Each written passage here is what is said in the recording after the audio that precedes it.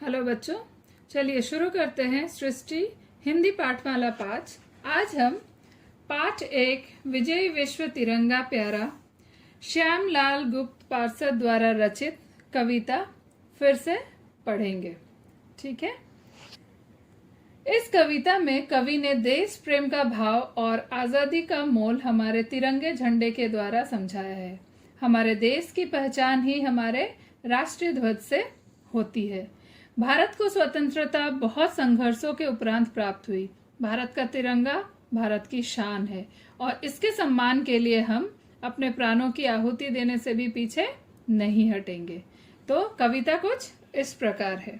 विजय विश्व तिरंगा प्यारा, झंडा ऊंचा रहे हमारा, सदा शक्ति सरसाने वाला, प्रेम सुधा बरसाने वाला, वीरों को हर्षाने वाला, मातृभूमि का तन मन सारा, झंडा ऊंचा रहे हमारा। स्वतंत्रता के भीषण रण में लखजर जोश बढ़े क्षण क्षण में, कापे शत्रु देखकर रण में, मिट जाए भय संकट सारा, झंडा ऊंचा रहे हमारा। इस झंडे के नीचे निर्भय रहे स्वाधीन हम, अविचल निश्चय, बोलो भारत माता की जय, स्वतंत्रता हो धैर्य हमारा, झंडा ऊंचा रहे हमारा। आओ प्यारे वीरों आओ, देश धर्म पर बलि बलि जाओ, एक साथ सब मिलकर गाओ, प्यारा भारत देश हमारा, झंडा ऊंचा रहे हमारा। इसकी शान न जाने पाए चाहे जान भले ही जाए, विश्व विजय करके दिखलाएंगे तब होए प्रण पूर्ण हमारा, विजय विश्व तिरंगा प्यारा, झंडा ऊंचा रहे हमारा। बच्चों, आप लोगों को प्रथम 12 पंक्तियां बहुत अच्छे से पढ़ना है, याद करना है और अपनी हिंदी की कॉपी में लिखना है। ठीक है। प्रथम 12 पंक्तियां बहुत अच्छे से याद कीजिए, स्पेलिंग्स अच्छे से याद कीजिए और उसको लिखकर प्रैक्टिस कीजिए। चलिए आगे पढ़ते हैं हम लोग शब्दार्थ। शब्द अर्थ: हर्षाना, आनंद से भरना, खुश होना। हर्षाना, आनंद से भरना, खुश होना। मातृभूमि, जन्मभूमि। भीषण, भयंकर, कठोर।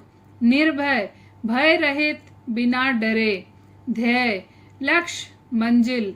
बलि बलि जाओ, बलिदान होना, न्योछावर होना। सरसाने, हरा भरा करने, रस पूर्ण करने। स्वतंत्रता, आजादी। रण, युद्ध। अविचल, जो डिगे नहीं। सुधा, अमृत। प्रण, प्रतिज्ञा, कसम। बच्चों, आपको इसे भी बहुत अच्छे से लिखकर याद करना है। ठीक है। चलिए बच्चों, एक बार प्रश्न उत्तर भी देख लेते हैं फिर से। इस कविता में कवि क्या संदेश देना चाहता है? इस कविता में कवि ने देश प्रेम का भाव और आजादी का मोल हमारे तिरंगे झंडे के द्वारा समझाया है। हमारे राष्ट्रीय ध्वज से ही हमारे देश की पहचान होती है, यह सदा ऊंचा लहराता रहे। ठीक है। तिरंगा झंडा हमारे मन में क्या भाव जगाता है? तिरंगा झंडा हमारे मन में देश प्रेम का भाव जगाता है। 3, तिरंगा झंडा कितने रंगों से बना है? तिरंगा झंडा 3 रंगों से बना है। 4, अशोक चक्र किसका प्रतीक है? अशोक चक्र प्रगति का प्रतीक है।